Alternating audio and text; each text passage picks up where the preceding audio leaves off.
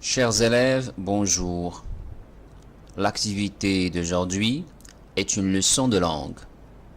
L'objectif, reconnaître et employer les moyens d'expression du jugement. Qu'est-ce qu'un jugement? C'est un point de vue sur une personne, un objet ou un lieu.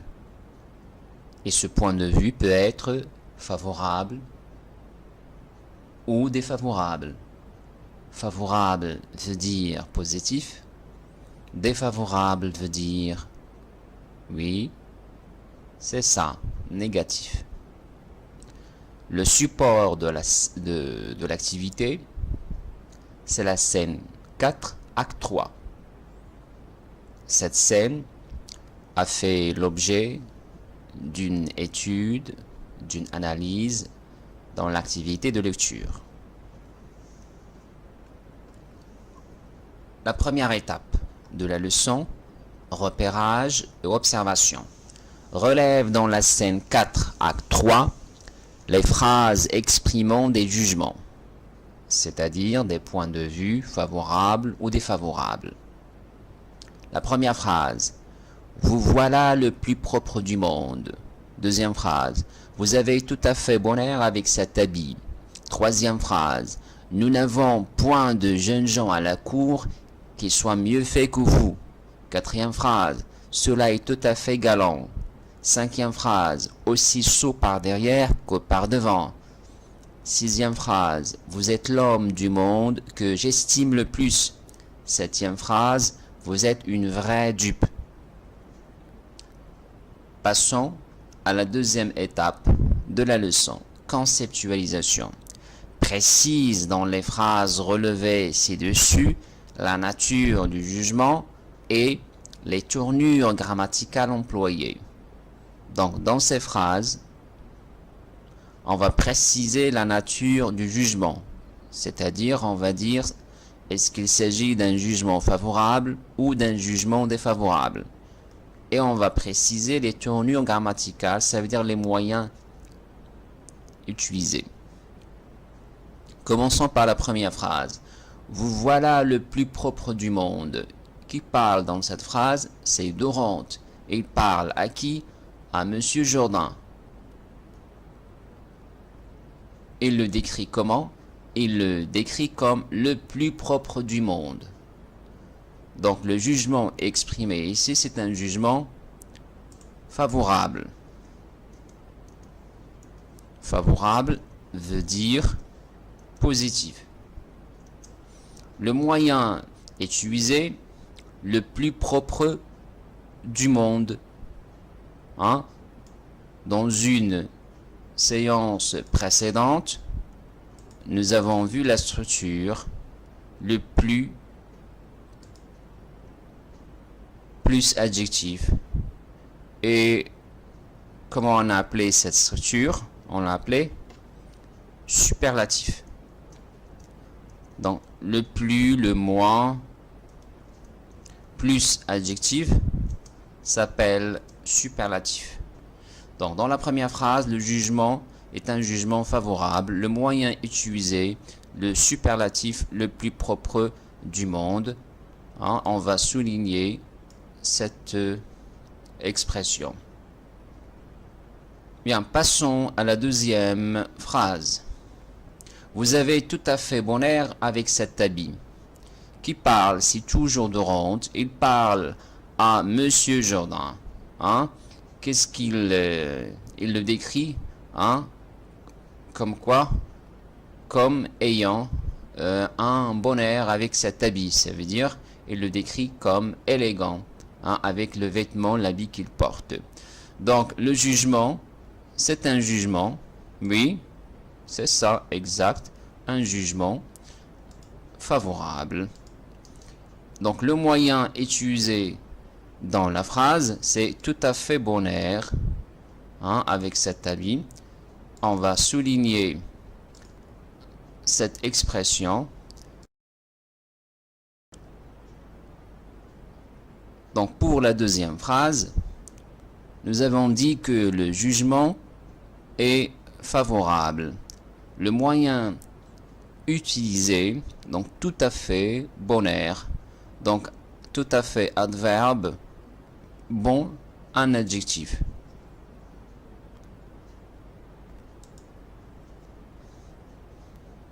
Donc le moyen utilisé, adjectif.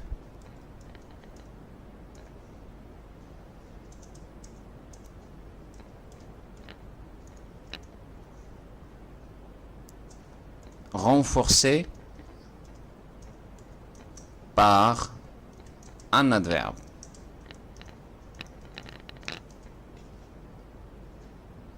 Tout à fait, adverbe, bon, adjectif. Passons à la troisième phrase. Nous n'avons point de jeunes gens à la cour qui soient mieux faits que vous. Qui parle, c'est toujours de rente. Il parle à qui? À Monsieur Jordan. Hein, le jugement.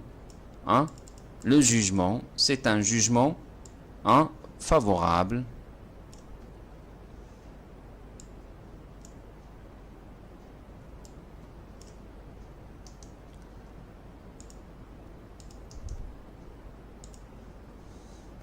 Le moyen utilisé,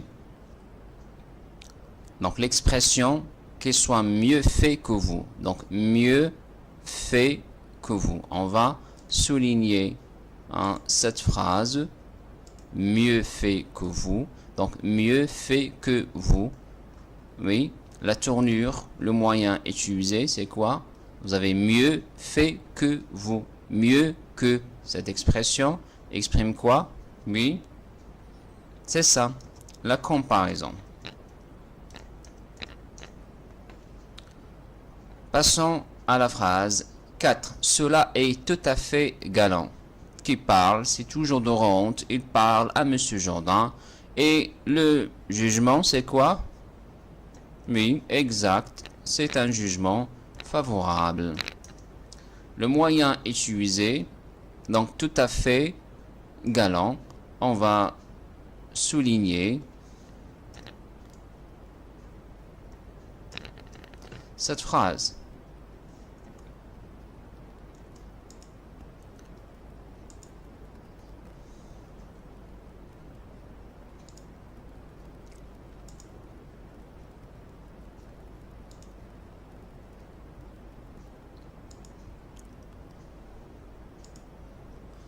Le moyen utilisé, c'est donc galant adjectif précédé d'un adverbe. C'est la même chose que la deuxième phrase. Donc adjectif renforcé par un adverbe.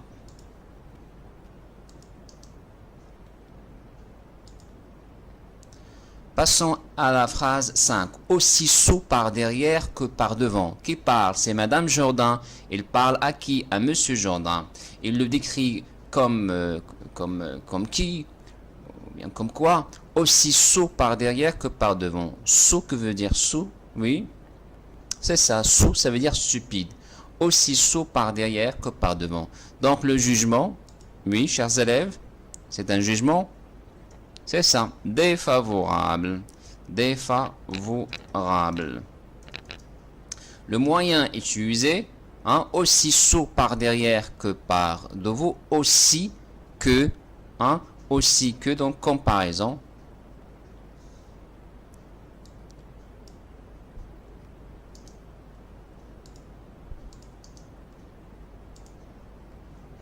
On va souligner donc la phrase. Donc aussi sot, donc aussi, et que, et jugement défavorable. Pourquoi? Parce qu'il y a l'adjectif sot, qui veut dire stupide. Passons maintenant à 6. Vous êtes l'homme du monde que j'estime le plus. Qui parle de rente. Il parle à qui? À Monsieur Jordan. Estimer veut dire quoi? Estimer veut dire respecter. Donc vous êtes l'homme du monde que je respecte le plus. Le jugement, c'est favorable. Le moyen utilisé, un verbe plus superlatif. Donc verbe renforcé par un superlatif le plus. Dernière phrase. Vous êtes une vraie dupe. Qui parle? Madame Jourdain, il parle à son mari. Il le décrit comme une personne dupe. Dupe, ça veut dire stupide, qu'on peut tromper facilement. Donc, jugement, bien sûr, est défavorable. Et le moyen utilisé, un nom dupe renforcé par un adjectif. Définition. Qu'est-ce qu'un jugement donc? Un jugement est un point de vue positif ou négatif sur quelqu'un ou quelque chose. Les moyens à utiliser pour exprimer un jugement. Donc, un jugement de valeur péjorative, ça veut dire défavorable. Péjoratif veut dire défavorable ou bien négatif. Hein? On peut employer des suffixes péjoratifs. Suffixe, par exemple, art, dans le mot froussard. Froussard, hein, vous vous rappelez bien dans le registre familier, frousse veut dire la peur. Donc, froussard, quelqu'un qui a toujours peur. Cagnard veut dire une personne paresseuse. Faiblard, une personne faible. Donc, art exprime un sens péjoratif, négatif, des défauts, ils n'ont pas des qualités.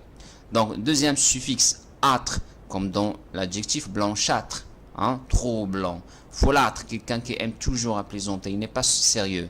Opiniâtre, quelqu'un qui a une tête dure. As, comme bestias, ça vient de beste, animal. Blondasse, ça vient de la couleur blonde. Et brutas, ça vient de brute, ça veut dire barbare, sauvage. Un lexique péjoratif, comme les adjectifs laid, sot, hypocrite, ça veut dire les adjectifs qui expriment des défauts et non pas des qualités. Des figures de style, la comparaison, métaphore, hyperbole. On a déjà vu la comparaison, la métaphore, l'hyperbole. Donc je vous renvoie à la leçon où on a fait donc la comparaison, la métaphore, l'hyperbole. B. Jugement de valeur mélioratif. Mélioratif, c'est le contraire de péjoratif. Péjoratif négatif, mélioratif positif ou bien favorable. Donc, lexique mélioratif, les adjectifs beau, grand, sympathique, sublime, c'est-à-dire tous les adjectifs qui expriment des qualités, un sens positif. Adjectif superlatif, le meilleur, le plus beau, le plus drôle. Et figure de style, comparaison, métaphore, hyperbole. Les exercices. Premier exercice. Fait correspondre les phrases de la colonne A aux phrases de la colonne B et précise la nature du jugement, favorable ou défavorable. Vous avez deux colonnes A et B. Les phrases de la colonne A sont désignées par des numéros et les phrases de la colonne B sont désignées par des lettres. Donc, la phrase 1, il correspond à quelle phrase? Est-ce à la phrase A, B, C, D ou bien à la phrase E? Donc, colonne A, les phrases 1, 2, 3, 4, 5, la colonne B. Donc, la phrase 1 de la colonne A, elle correspond à quelle phrase de la colonne B? À A, à B ou bien à C ou bien à D? Et là, vous allez dire, est-ce que c'est favorable et défavorable? Exercice 2. Complète les phrases par les adjectifs suivants. Adjectifs mignon, conciliant. Je vous recommande d'utiliser un dictionnaire pour faire cet exercice. Troisième exercice, dis le contraire. Exemple, c'est très bon. Le contraire, c'est franchement mauvais. La même chose pour ces phrases. C'est un garçon très intelligent. Vous dites le contraire. Par exemple, c'est un garçon stupide. Et vous faites la même chose pour les phrases qui restent. Dernier exercice. Une personne de ta famille recherche un appartement à louer. Tu y en as trouvé deux. L'un est magnifique, l'autre est médiocre. Décris-les-lui dans deux paragraphes distincts. Donc, une personne de ta famille vous a demandé de lui trouver un appartement. Toi, tu as trouvé deux appartements. La première, elle est magnifique et l'autre, elle est médiocre. Donc, tu vas les lui décrire. Tu vas décrire l'appartement magnifique dans un paragraphe et dans le deuxième paragraphe, tu vas lui décrire l'appartement qui est médiocre